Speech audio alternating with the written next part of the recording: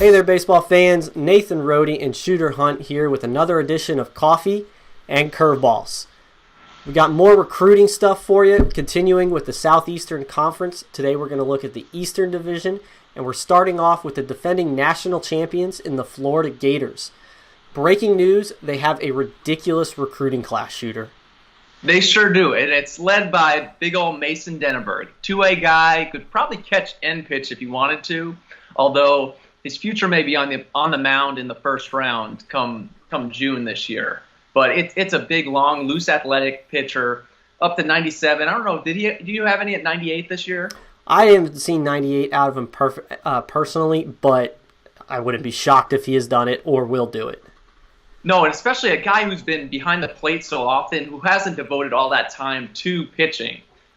If he does a little more of that, although his bat is going to be really fun to watch during the spring for his high school team, he could make that jump real quick. Good slider, really good slider. But if he gets to campus, you're talking about a Friday, Saturday, Sunday night guy moving forward.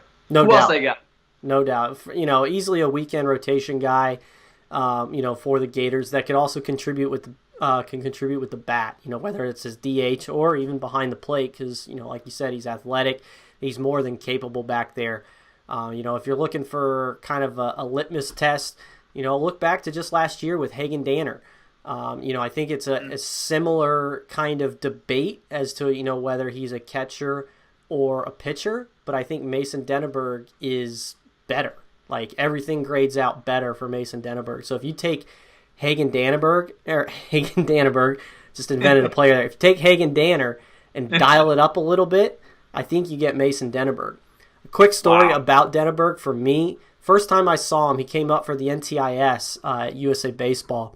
It was late August, really hot, end of the summer. Guys are tired. He came up from Merritt Island where he played quarterback on Friday night.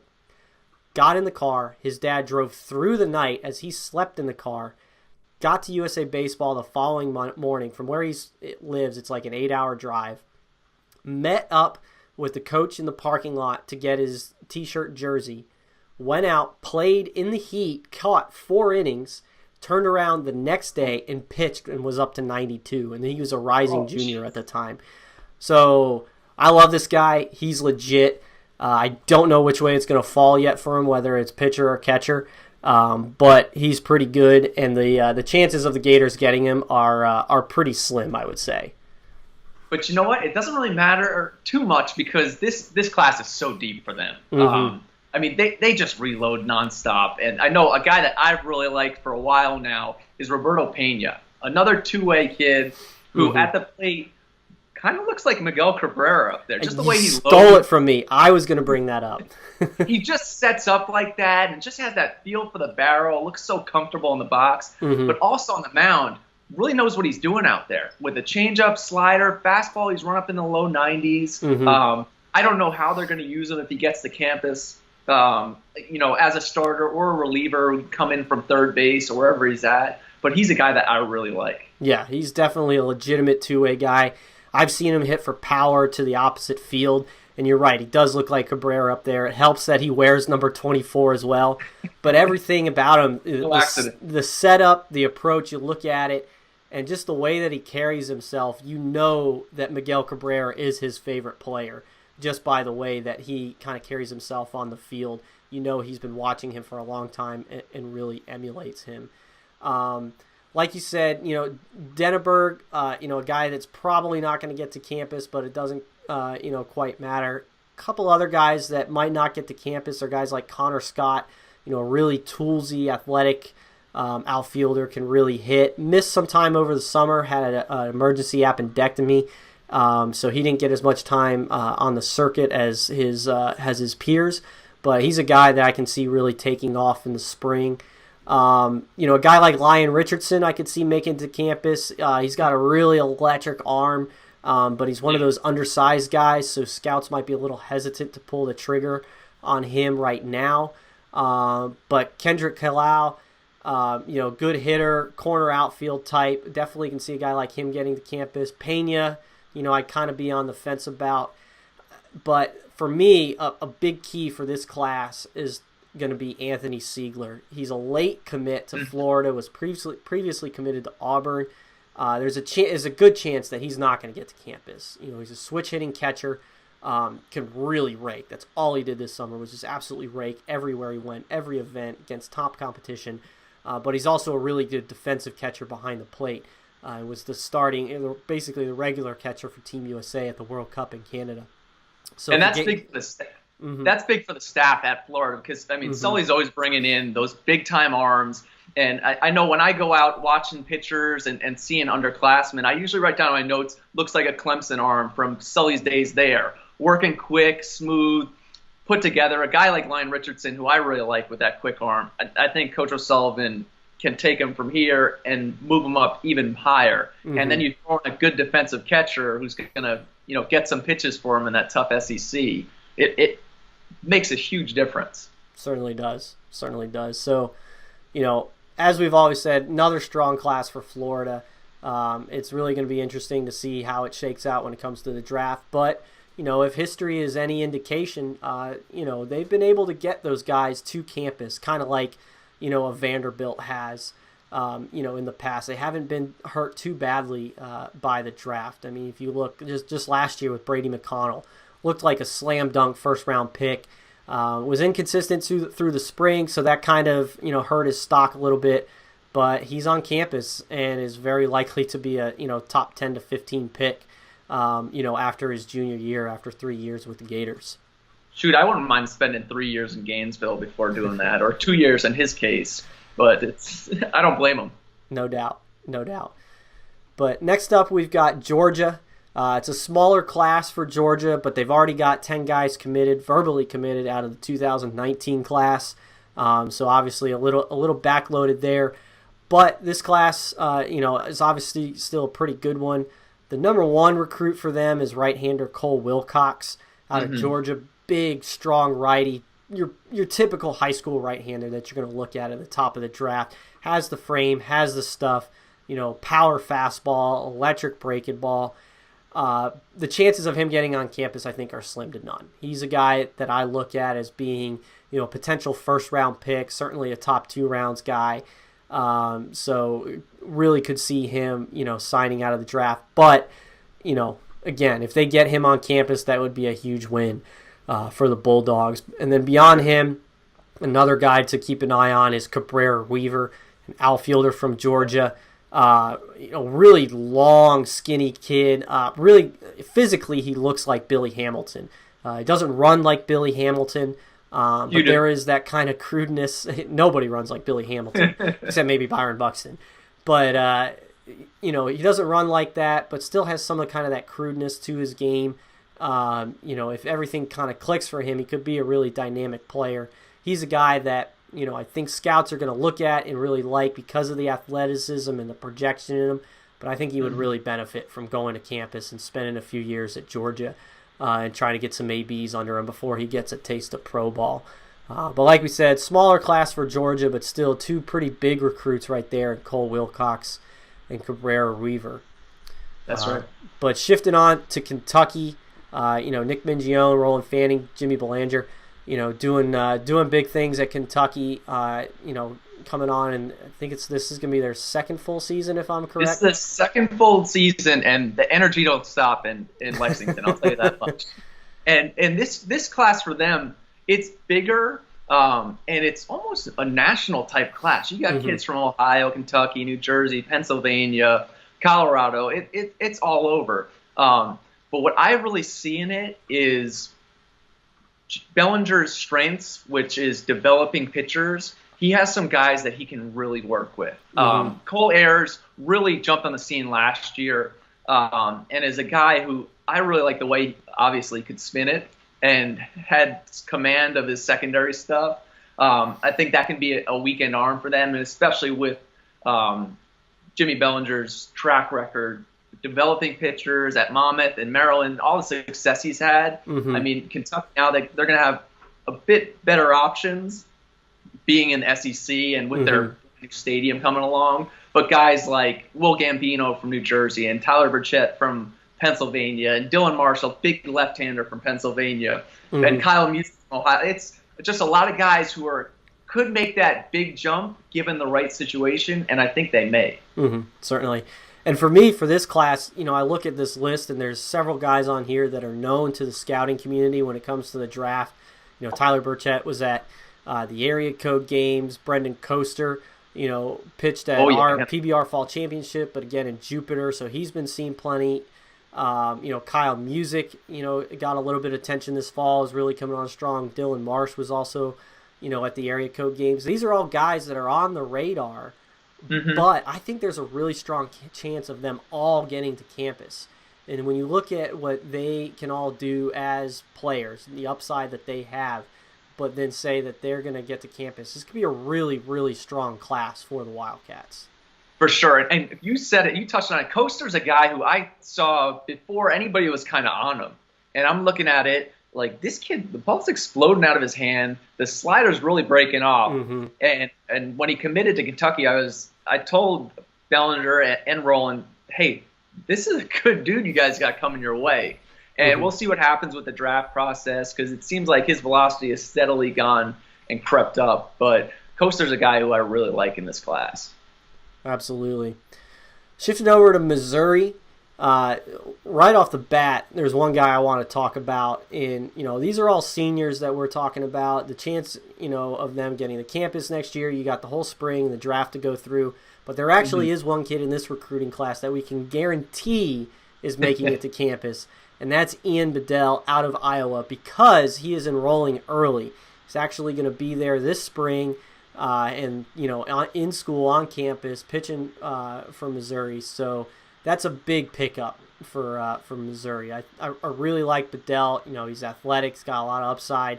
Definitely would have gotten a lot of attention in the draft this year, but he's bypassing that option to enroll early at Missouri. For sure, and this is a trend that I think is going to start happening more and more. I know Virginia has a kid from New Jersey who's down there early. We'll talk about him in a later episode. But a lot of those kids who have been held back for some purposes, who found out, hey, I am pretty good, maybe I need to move forward, are now trying to get ahead of the game and get on campus. And I think it'll happen a little bit more moving forward. Certainly. But of the guys that are still in high school, still a good-looking class for Missouri if they can get them all to campus next fall. Probably one of the guys that they're probably most worried about will be Seth Halverson out of Minnesota. Real strong kid. Looks like he was born and raised in the cold.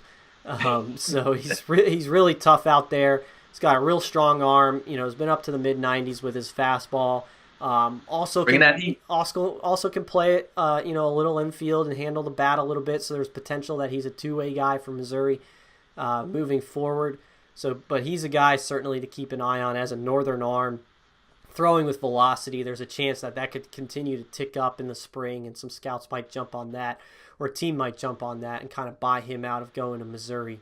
But Cameron Swanger, third baseman out of Ohio, he's one of those guys that he walks on the field, and you just like the way he looks. Please don't misconstrue my words here. He is not Chris Bryant, but it's that kind of frame. It's that really long, broad-shouldered frame, kind of like what Troy Gloss looked like as a young kid, or even a Joey Gallo, even though he's left-handed. So Swanger, I think, is definitely a strong recruit from Missouri, a guy that can get to campus and kind of grow into his body and learn to tap into that power that's in that frame. Then Ty Olenek out of Wisconsin was a standout at the Future Games a couple summers ago. One of those smaller, tightly wound kids. He's got some quick twitch in him, can really run. So if he puts the ball on the ground, he's going to put pressure on the defense, which is, could be a top-of-the-order hitter for Missouri next year. Wow. Nice. But South Carolina, moving on to them. Last episode, we were talking about the SEC West. One of the things that we were talking about was new coaching staffs. A lot of turnover, guys getting head coaching jobs, so new recruiters kind of stepping in to fill roles. At South Carolina, got a whole new class, or whole new coaching staff, but a lot of those players that the previous staff had picked up, the new staff has been able to keep on, which is not always the easiest thing to do. It's not easy, but I don't blame the kids for wanting to stay on. No doubt. Coach Kingston's one of the best. He's won everywhere. He recruited me, which is why he's one of my favorites also. But great coach, great guy, gets after it and just wants to win. Mm-hmm. He really, everywhere he's been, he's Miami to Tulane to Illinois State to South Florida, and now at South Carolina. I'm sure he's going to win there. Mm-hmm. But, I mean, taking Mike Curran, who I think is one of the harder working recruiting coordinators, always on the phones, finding out the guys all across the country, because South Carolina is a national program. It is. You know, it's one of the best, if not the best, stadium in the country to play at. So he's bringing in guys from all over. And then they added Skylar Meade, who's both you and I, one of our favorite baseball guys in the business. Just a lot of fun to talk to, knows the game, has been around winning programs, and it's just going to bring a lot to the class, which includes one of our favorite pitchers, Owen White from North Carolina, who's just I can't say enough good things about him because he's a three-sport athlete. He goes out there, he runs his fastball up in the low 90s. Sometimes it's down a little bit, but I think a lot of that had to do with him playing football and playing basketball. He's kind of cooled off on the other sports a little bit in preparation for the spring. But it's just so athletic with that slider, and I know you love him too. Yeah, absolutely. He's got an incredible upside. You talk about him being a multi-sport athlete, and anytime we talk about multi-sport athletes, we talk about when they focus solely on baseball, and I think that's even more so with Owen White, because a lot of times we'll see baseball players that also play other sports just because they're athletes. They're baseball players playing football, or they're baseball players playing basketball. With Owen White, I was talking to our North Carolina director of scouting, Brandon Hall, and it's even more so with Owen White because when he gets into that sport, like when it's football season, he's a football guy. He's not just doing his football workouts and just playing just because of it. He loves it. He's like in it. And then when it's basketball season, he's in it. He's in basketball mode. He's not thinking about baseball, whereas some guys will probably be doing their basketball and football stuff, but kind of have baseball in the back of their mind, doing some stuff that might still, be pertinent to baseball workouts. But with Owen White, he was fully focused on those sports that he was playing. So now that he's focused on baseball, he's going to tap into that potential. And I think we've already started to see flashes of his potential. Obviously, we saw it before, but now it's really starting to come in. This is what we could see him as a pitcher. So, and this is a weekend starter who's coming in, and a guy who, after 3 years on campus, I see as being a top 10 type pick. So that's what you can expect, Gamecock fans, is, hey, this is going to come in and win us some games, and he's going to go toe-to-toe with every other school's Friday night guy and give us a chance to win. So if he doesn't find his way into the first two rounds this year, which I think is a strong possibility. But we'll certainly see with Owen White. But then, obviously, South Carolina, we forget, with the last 10 years, they've got 2 national championships, so they're definitely a national program. Blaze Alexander coming out of Florida, a recent transfer to IMG Academy. Shortstop's got some whip in the bat there and an absolute rocket launcher for an arm. If you want to have some fun, just watch him play shortstop and watch the ball jump out of his hand. So Brett Carey... Sorry, Shooter. You're good. I'm just going to say, Blaze Alexander, he's got the name. He's got the theatrics in the field. I mean, everybody's going to love him. I mean, I'm sure they're national TV. If they make their runs to Omaha, as they usually do, Blaze Alexander is going to be the name that everybody's going to know about. So he's an exciting player. Certainly. But then Brett Carey's a right-hander out of North Carolina. Definitely a guy that's going to make it to campus for me. One of those 6-foot righties, but he pounds the strike zone. He's got solid stuff. It's a guy that you watch and you're like, this is going to be a pretty good college arm. They've got a local kid in Josiah Seitler who's a legitimate two-way player. He can pitch on the mound, solid stuff, but then he can really swing it with a left-handed bat. So Gamecocks, getting a good two-way guy. Xavier Bussey, kind of looks like a running back, fullback, but he's got some power at the plate. And then Jacob English, who's an infielder, is the younger brother of Tanner English, who was a star for South Carolina just a few years ago. So if he can even be a shred of what his brother was for South Carolina, they're going to be more than happy to have him on campus. Yeah, they got a lot of good stuff coming their way, and it's only going to get better because Coach Kingston has that track record of bringing in some big-time players. So now we're on to Tennessee. Again, another coaching change. Tony Vitello comes in from Arkansas, where he developed a reputation as being one of the top recruiters in the country. He's now the head coach. That's not going to stop him from recruiting, as we know. See him out on the road all the time. The guy is a relentless worker. But obviously he's got Frank Anderson to help him out, as well as Josh Elander, who used to be a prospect in his own right, is now in the coaching circles. But they've got a strong class, and they've picked up some players late that were uncommitted. Guys that we saw in the summer that were looking around and like, how's this guy not committed to a program? Tennessee went and scooped him up. For me, the guy that I think of when I talk about picking him up late is Jonathan Ornelas, shortstop out of Arizona.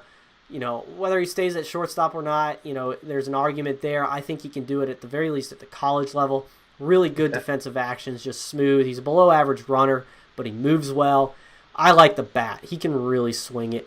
And then, oh, by the way, he gets on the mound, is 89 to 91 with feel for a breaking ball and changeup. So that's not a bad pickup to get a recruit like that late in the summer as they're going into their senior year.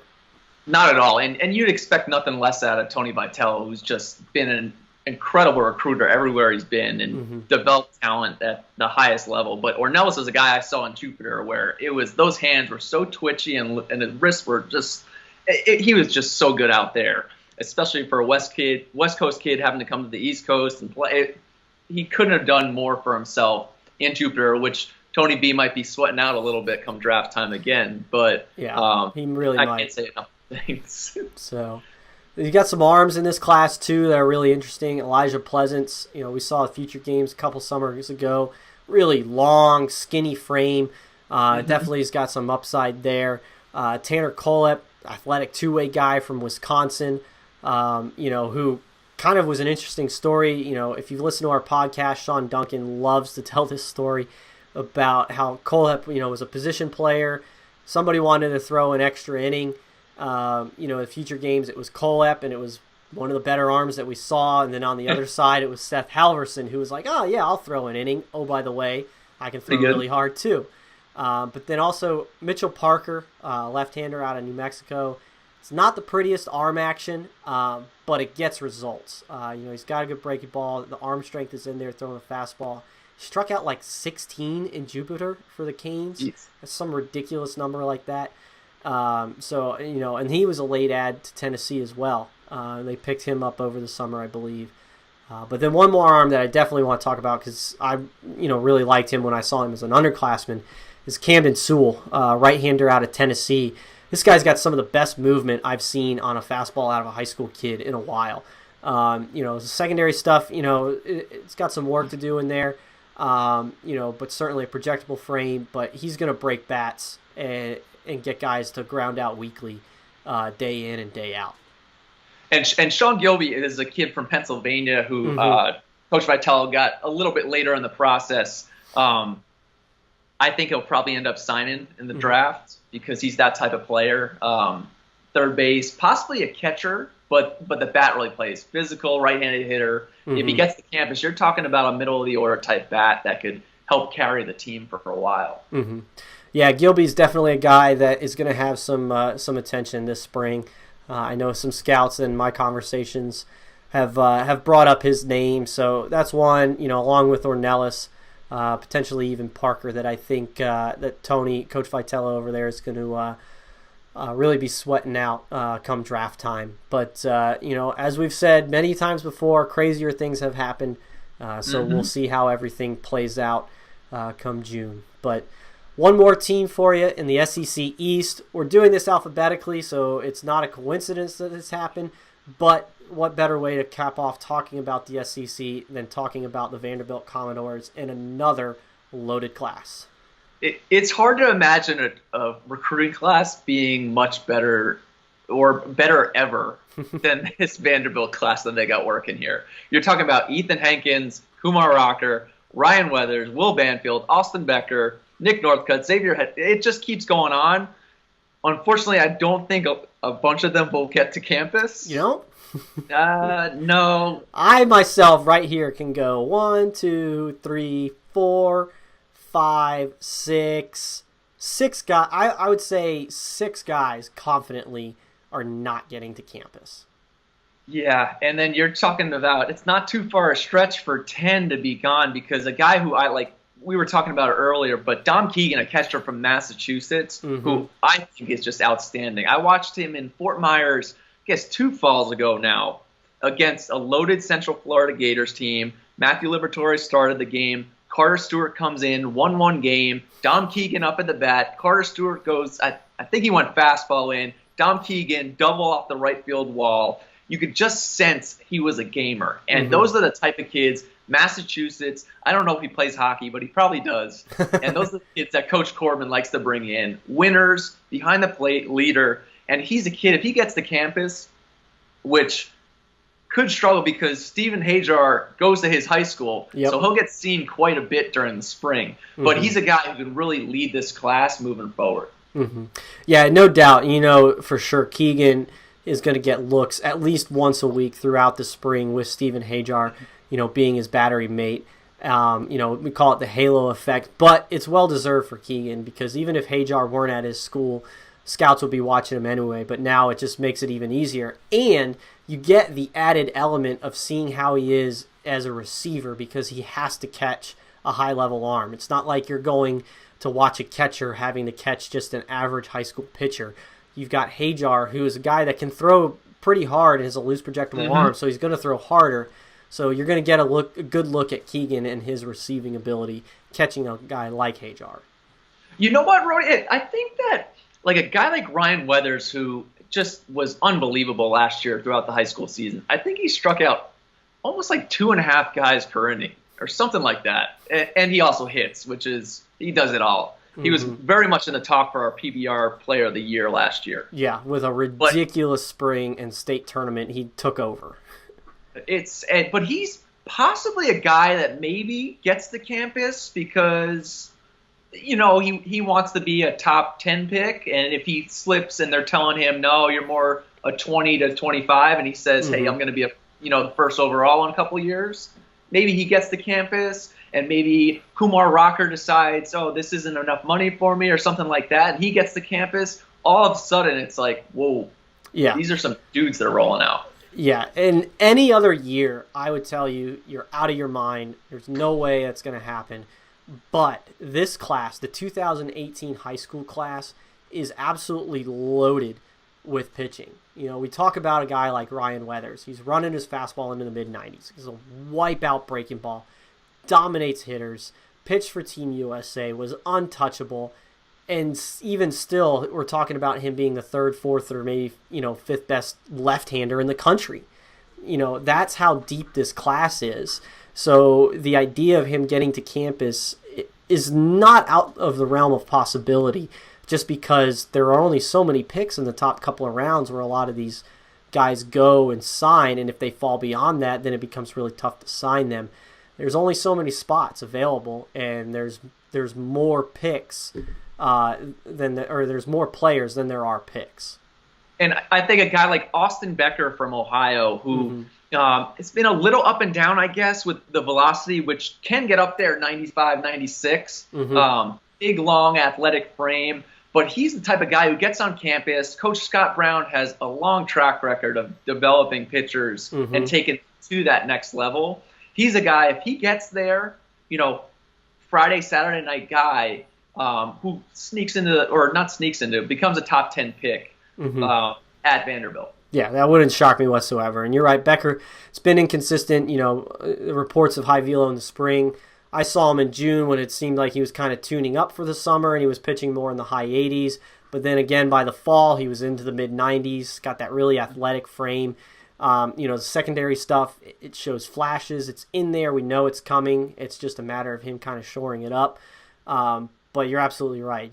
A guy like that gets on campus with Coach Brown, slam dunk, high pick 3 years from now. There's no doubt about it.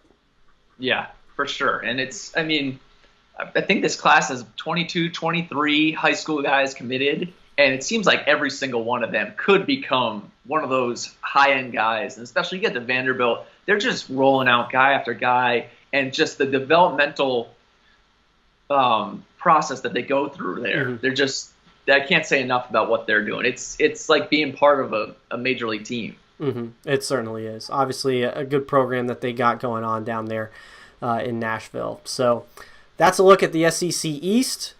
Be sure to check out the SEC West as well, which we just did a couple of days ago. We'll go back, we'll continue on with other conferences. We've got the ACC coming up, the Big 10, the Big 12. Take a look at Pac-12, some mid-major stuff. Plenty of stuff coming your way on recruiting classes. This is Coffee and Curveballs. I'm Nathan Rohde. He's Shooter Hunt. And until next time, we'll see you guys at the ballpark.